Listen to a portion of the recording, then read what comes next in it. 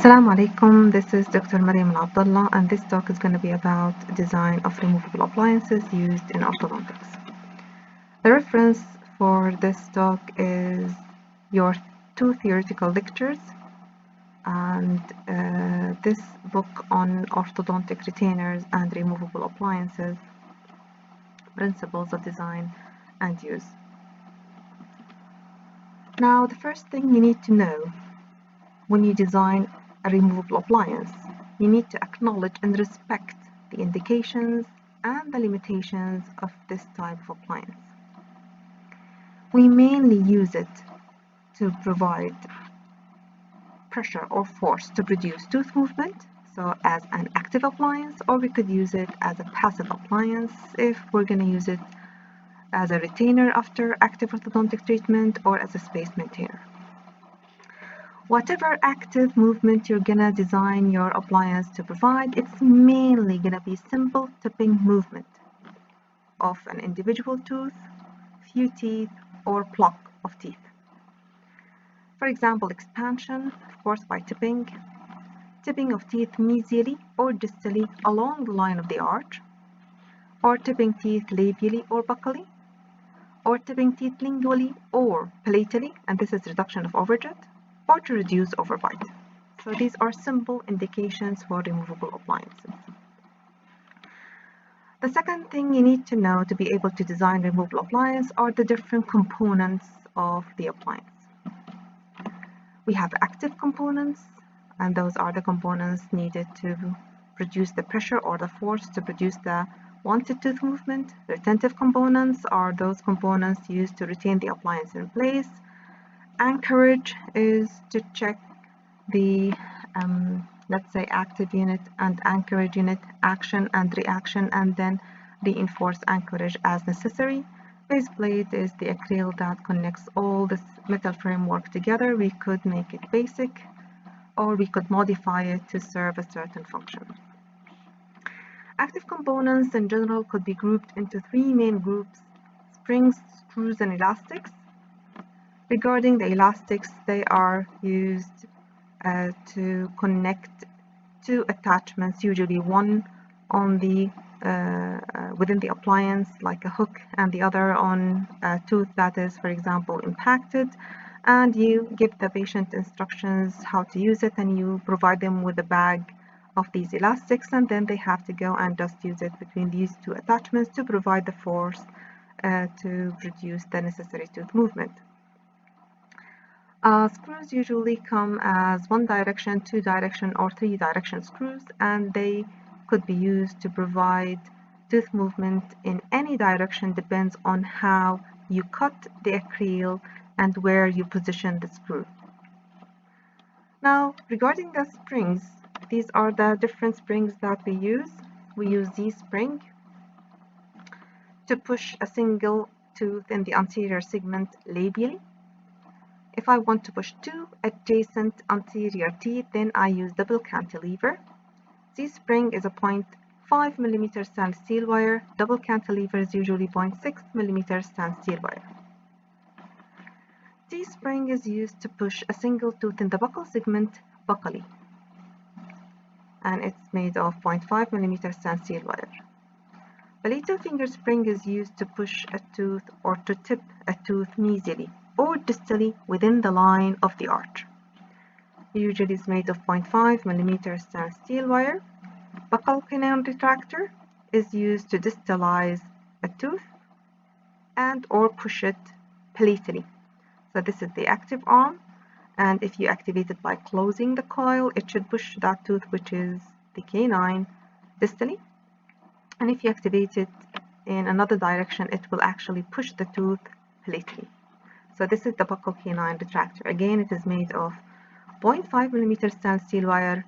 If you use sleeving or tubing at the retentive arm, or it should be 0.7 mm stainless steel wire if you don't have sleeve or tube within the lab that you work with.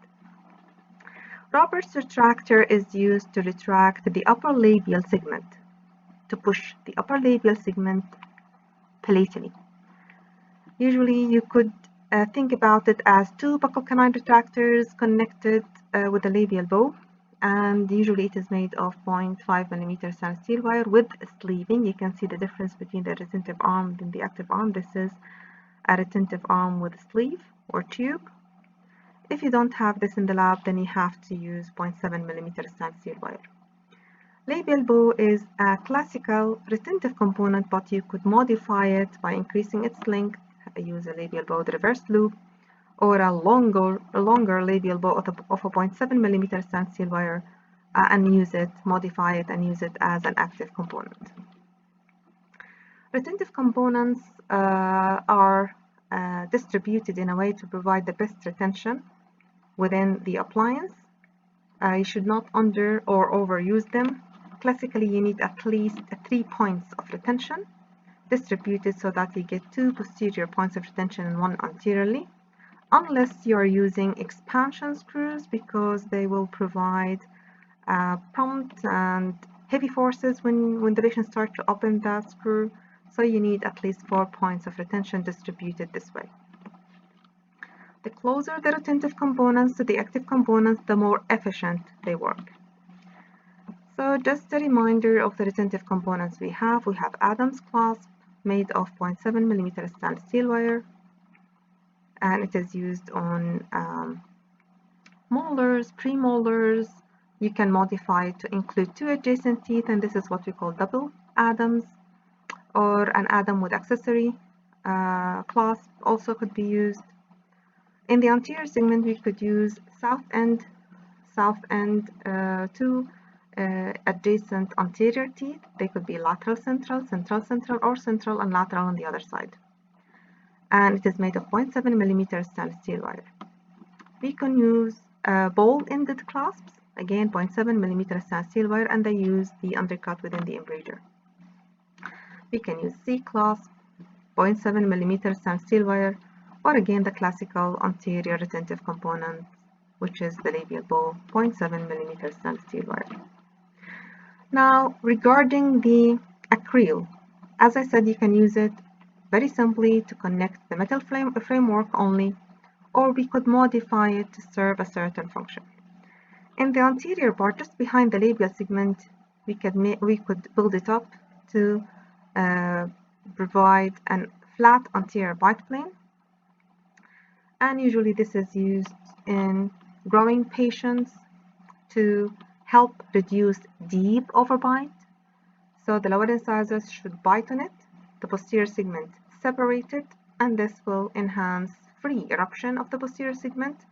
And if the patient is growing, then this should be a solution for a deep overbite.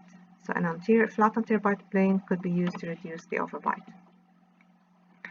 You need to give information to the technician by giving them the amount of overjet the patient has and the amount of separation you need for the buccal segment to start off with the reduction of your overbite. So this is a patient with deep overbite, and this is the removable appliance with a flat anterior bite plane. And this is the patient after free eruption of the posterior segment and reduction of the overbite. And now we are able to use lower fixed appliance. Now we could also modify the acrylic by building a posterior bite plane. And posterior bite plane is mainly used to disocclude teeth. So if you want to move teeth across the bite, then basically you use the posterior bite plane to disocclude teeth and then move teeth freely across the bite. And this could be posteriorly or anteriorly. And this is an example. So you have a narrow maxilla. You want to go for expansion. Then you construct a removable appliance with bite planes, posterior bite planes, and this should disocclude teeth and enhance the movement of teeth across the bite to correct the narrow maxilla. So this is how the posterior bite blocks look like, covering the occlusal surface of the buccal segment. Now we come to the basic principles and steps for the design of removable appliance. The first thing you need to make sure is that the case that you want to treat with the removable appliance is actually suitable for this type of appliance. Again, respect limitations and indications for this appliance.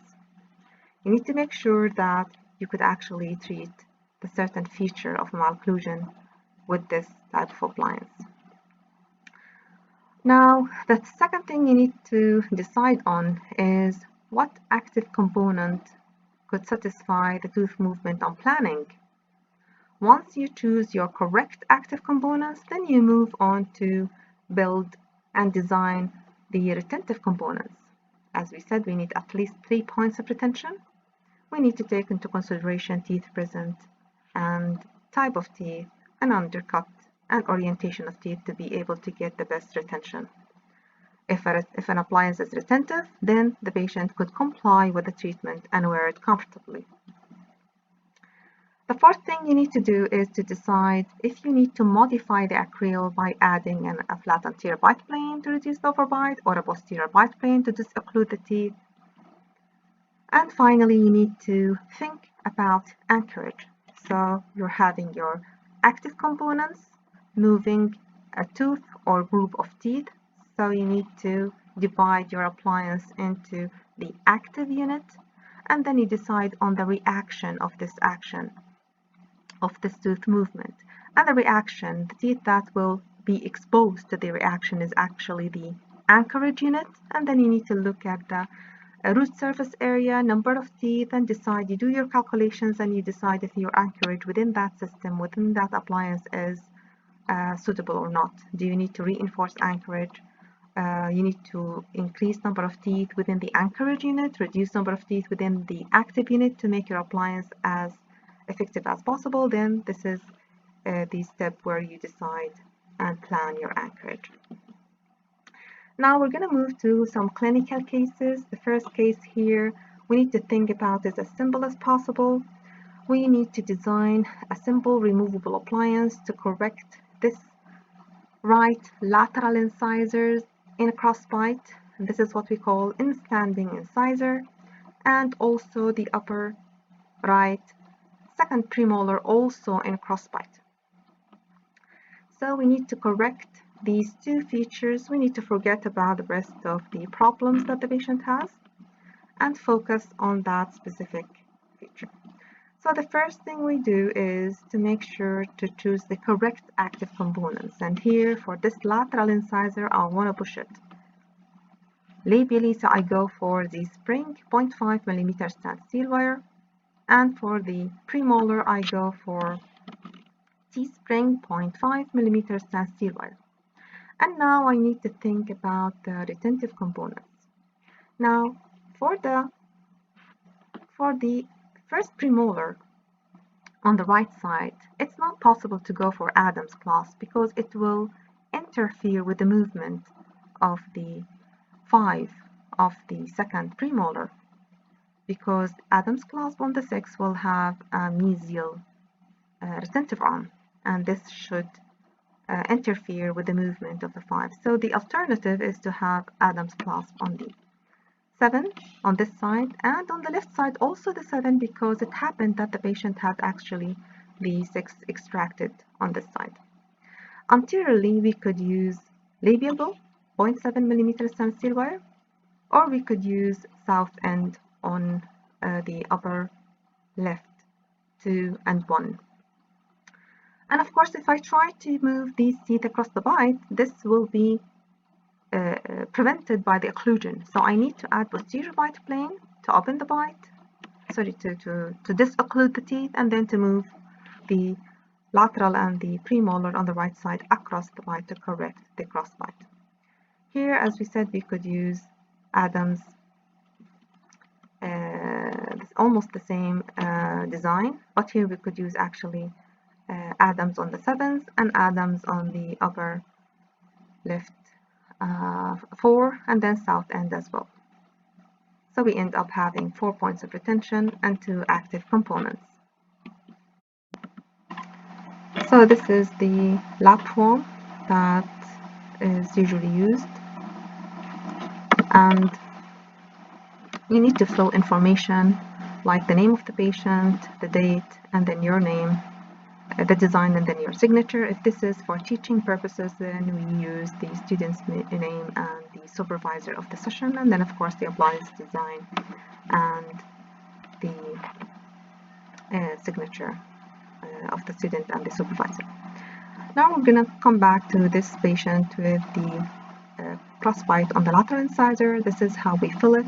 So you write down Z spring on the upper right lateral incisor of a 0.5 millimeter stainless steel wire. Every component you need to use, you need three informations: the name of the component, where you want to use it, and the thickness of the wire. And after that, you have to draw it properly on the lab form. So the second active component for this patient is the T spring, and we want to use this on the upper right second premolar, and the thickness of the wire is a 0.5 millimeter stainless steel wire. And then we go and we draw it on the lab form. Active arm, loops of activation, and then the retentive arm. Now we think about our retentive components, and we go for Adams clasps on both 7s, as we said, because on the right side an Adams on the 6 will interfere with the movement, and on the left side the 6 was already extracted.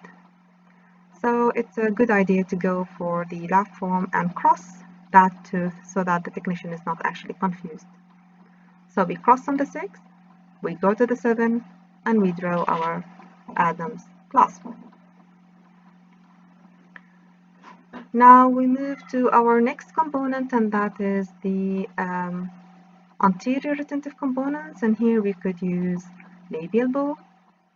We could use the labial bow from 3 to 3 of a 0.7 millimeter stainless steel wire. Right, and then we also have to add the posterior bite plane, because it is a must to disocclude teeth to allow the active components to push those two teeth across the bite. So we need to use posterior bite plane, and we just simply, shade the area of the posterior segment, letting the technician know that we need posterior bite plane. Let's draw the labial bow. We forgot about that, so it goes from the canine to the canine.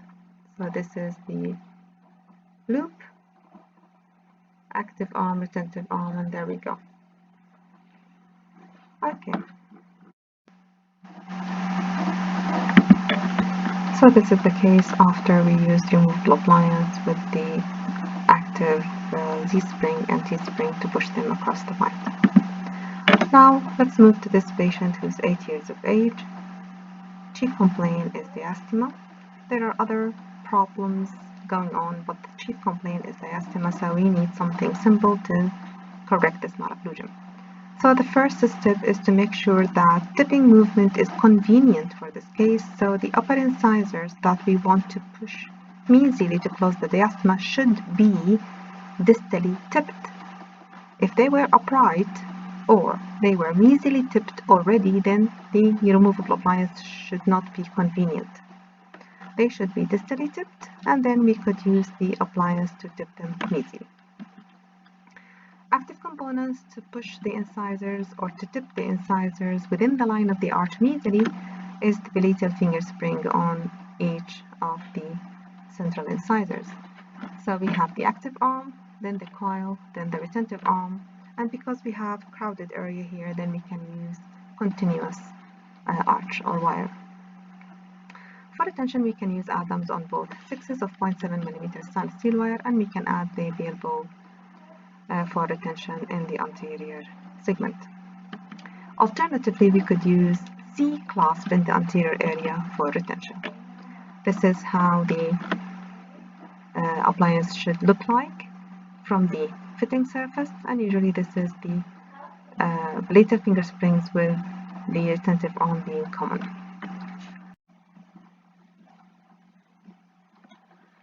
So as we said, the first thing is the palatal finger spring.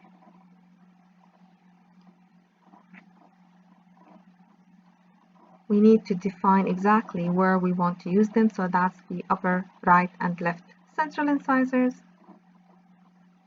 of a 0.5 millimeter stainless steel wire. So these are the three pieces of information needed for every component. When we draw them, we draw the active arm and then the coil that should be at the opposite direction of where we want to move the tooth, and then we come to the retentive arm. Active arm, coil, retentive arm, we can join them together in the middle and use one single piece of wire. Number two is Adam's clasps on the sixes, and that's of a 0.7 millimeter stainless steel wire, and then we draw them on the lap form.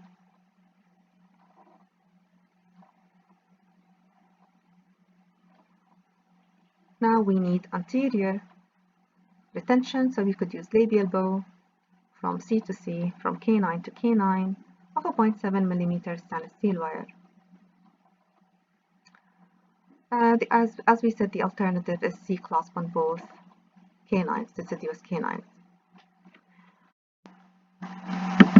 Another case that has upper right central incisor in Crossbite. This patient is 9 years old in the mixed dentition, and this is the only feature of the malocclusion that we need to correct and to think about.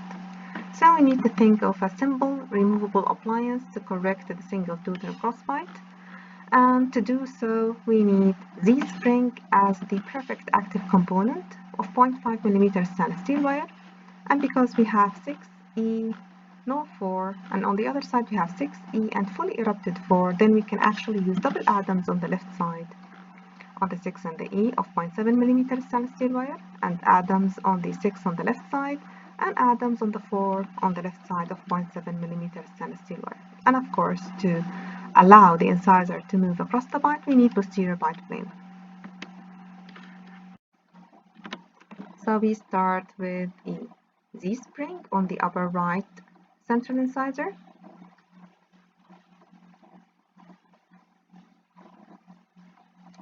Of a 0.5 millimeter stainless steel wire.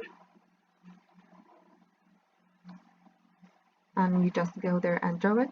The active arm should always end mesially unless the tooth is rotated. So we have active arm, 2 coils, and then retentive arm. Number 2, we need retention, so we can use double Adams on the upper left 6 and E of a 0.7 millimeter stainless steel wire.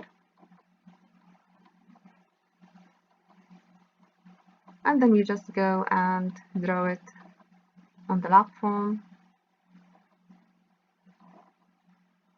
And after that, we think of the right segment, so we can use Adam's clasp on the upper right 6 and the upper right 4. Usually if the 4 is not fully erupted or if it's small, then it's okay to go for 0.7 millimeter stainless steel wire for the molar, but for the premolar we can use 0.6 millimeter stainless steel wire. And of course we add posterior bite plane in order to disocclude the teeth and allow that central incisor to move across the bite.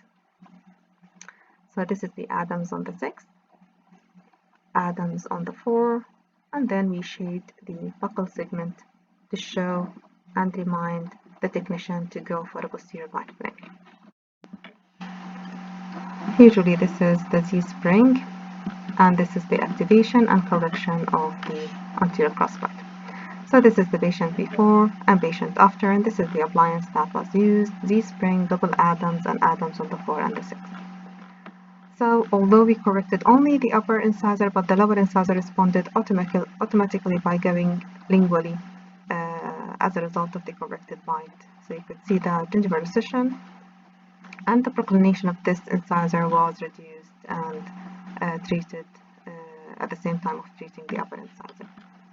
Let's look at this patient. This patient has 2 central incisors in crossbite, so not one tooth, 2 adjacent teeth. So again, we go and look for our active component as double cantilever and not Z-spring. Double cantilever should be 0.6 millimeter stainless steel wire because it is longer and we need more efficient amount of force. This patient has E and 6 on this side and 6 and 4 on this side fully erupted. Actually, the E was lost and the 5 is not erupted yet, so we can use double Adams on the left and Adams on each of the 6 and the 4 on the right. Of course, we need posterior bite plane to disocclude the teeth and allow the central incisors to be pushed labially across the bite.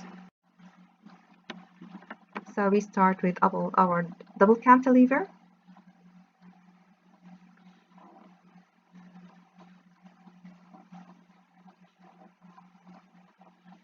And this is on the upper right and left central incisors of a 0.6 millimeter stainless steel wire.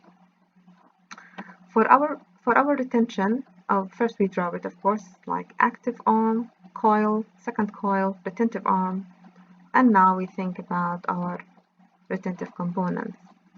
So we have double Adams on the left, upper left E and 6 of 0.7 millimeter stainless steel wire,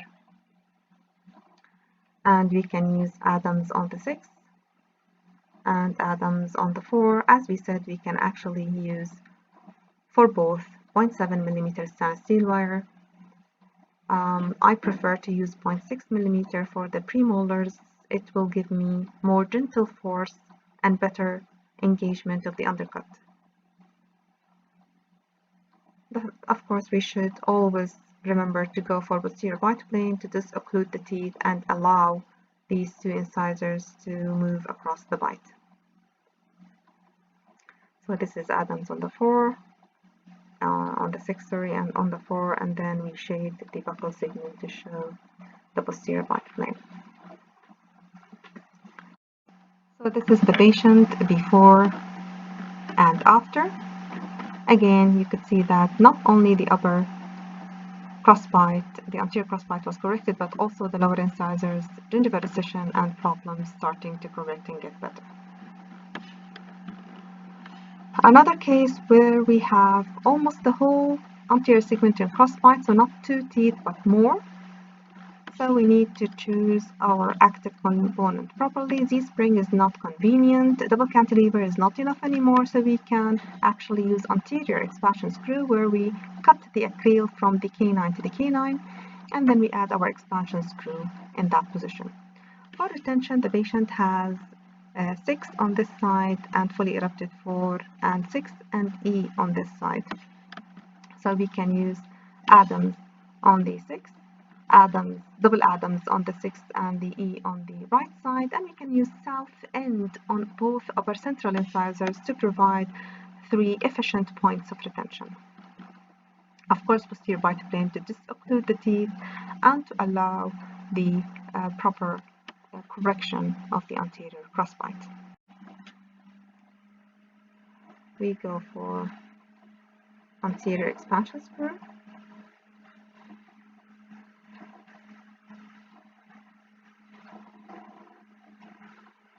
We cut the acryl between the canine and the 4, and we cut it between the canine and the 4, and we add the expansion screw as 2 lines, and now we add our retentive components.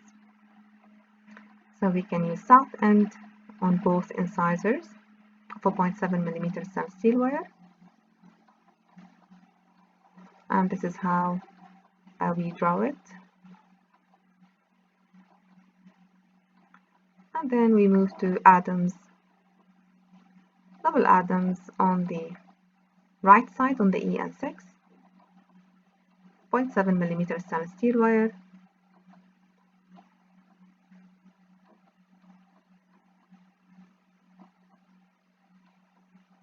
and E, and then another Adam on the upper left,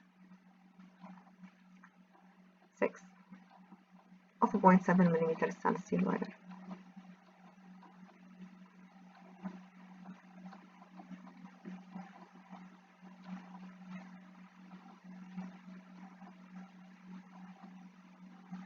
And the last thing, of course, we should always think about the Acrylic, and here we need to modify it by going for posterior bite plane to disocclude teeth and allow tooth movement. So we go for shading of the posterior segment.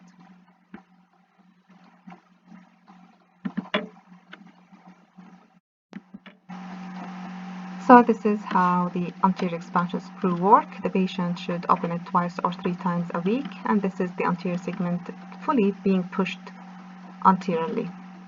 So this is before and after, and it was corrected, but the patient, of course, in the next dentition, we have partially erupted lateral incisors.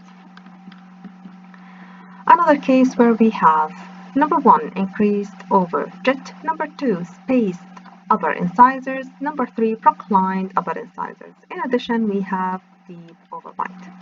So we need to think of a removable appliance to correct all these problems together. And because we're going to retrocline the upper labial segment, we definitely need to do something about the overbite that will get worse during treatment. To retrocline the upper labial segment, we could use a Roberts retractor, but more efficiently, it's better to use modified labial bow, and that is labial bow with reversed loop of 0.7 mm stainless steel wire. And then we can use double Adams on the 6 and the 5 on both sides. If the 6 is providing enough retention, we could actually use Adams on the 6 alone.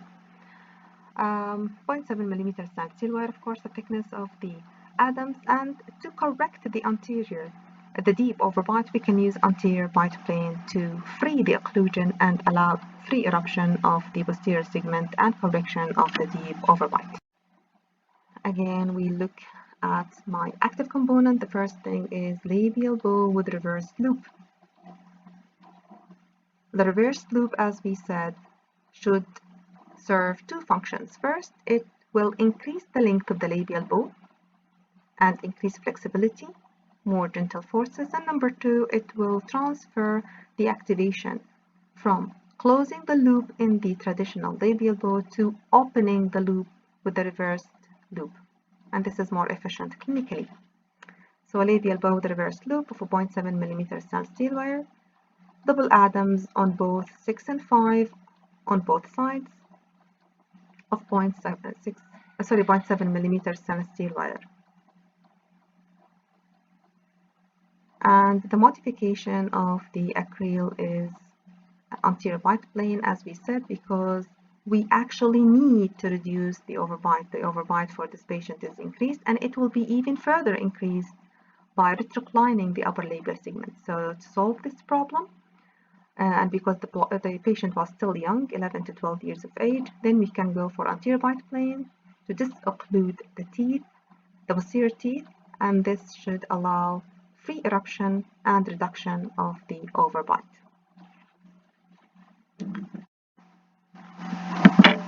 So this is the labial bow with a reversed loop, and this is the patient before and after.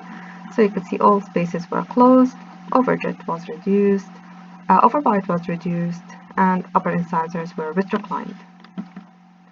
The last case is a patient with a unilateral buccal crossbite with mandibular displacement. So this side has normal transverse relationship, this side has, the whole side has buccal crossbite. And because of facial asymmetry, centerline discrepancy, and because of the clinical examination that we've done, it is confirmed that the patient has mandibular displacement to the left. So the patient has unilateral buccal crossbite with mandibular displacement. We need to correct the problem of the narrow maxilla. That is the etiology of this type of malocclusion. So the active component should be a midline expansion screw where we cut the acrylic right in the middle. And then we add C-clasps and Adams for retention, and of course posterior bite plane to disocclude the teeth and allow the expansion of teeth. This is how the appliance should look like. So the first thing is the midline expansion screw. And why did we use midline? Well, because the whole maxilla is symmetrically narrow, and we need to expand both sides equally. And the type of anchorage in this case is the reciprocal anchorage. So we go with midline expansion screw, and then we can use Adams on the 6s for anchorage of 0.7 mm stainless steel wire, C-clasp on the C's on both sides of 0.7 mm stainless steel wire.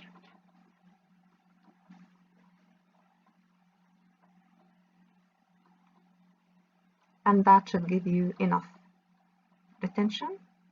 And then, of course, to be able to expand the upper buccal segment, then we need to go for the posterior bite plane to disocclude teeth and allow the successful expansion of the maxilla. So this is a C-clasp and this is a C-clasp.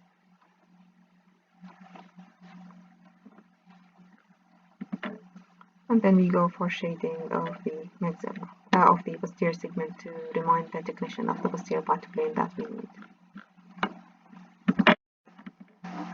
So these are the basic steps to design removable appliance. I try to give you multiple of cases as examples for you to practice and study. So thank you very much for listening and all the best.